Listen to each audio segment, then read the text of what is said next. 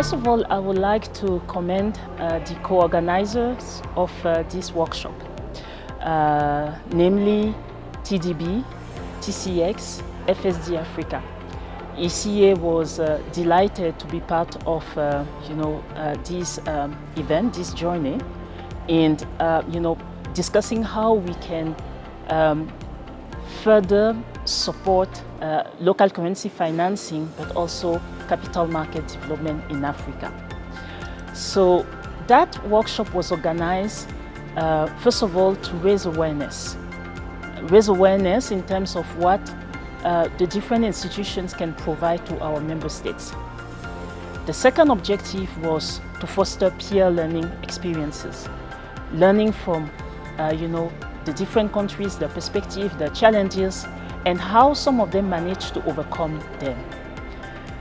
The third objective was to present, I would say, a tool or a list of different options to better finance our local economies and also improve our resilience as a continent.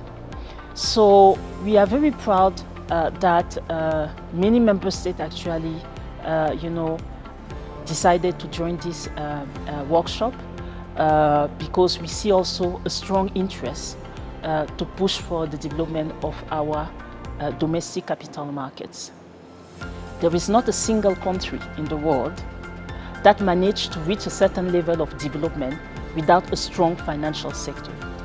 If we need to build growth, and I mean sustainable and inclusive growth in Africa, we need to make sure that our economies are resilient to shocks.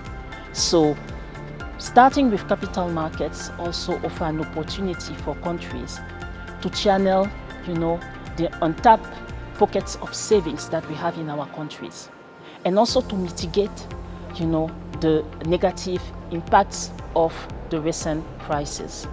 So we are very proud as a co-organizer to have been part of this journey, and we hope that this is just the beginning of a strong collaboration between the four institutions. The feedback we have been hearing so far is very positive. Some of them were not aware of the different technical facilities, existing programs, solutions that the different organizers are offering. So how do you manage your foreign exchange risk? How do you better manage your reserves?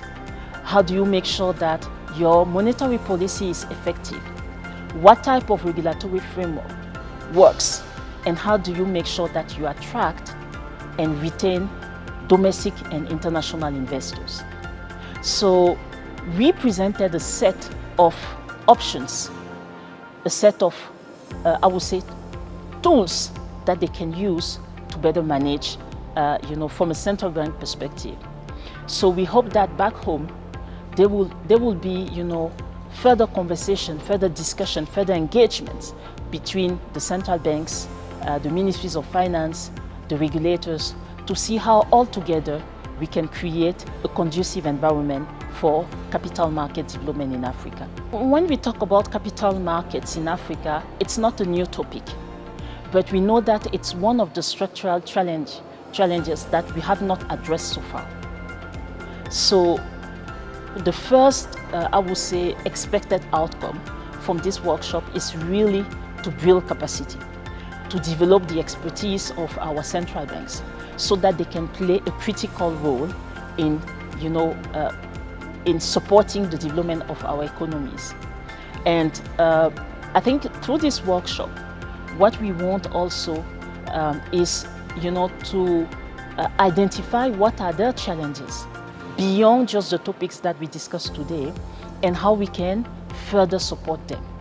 It is ECA's role to support our member states towards sustainable and inclusive economic growth.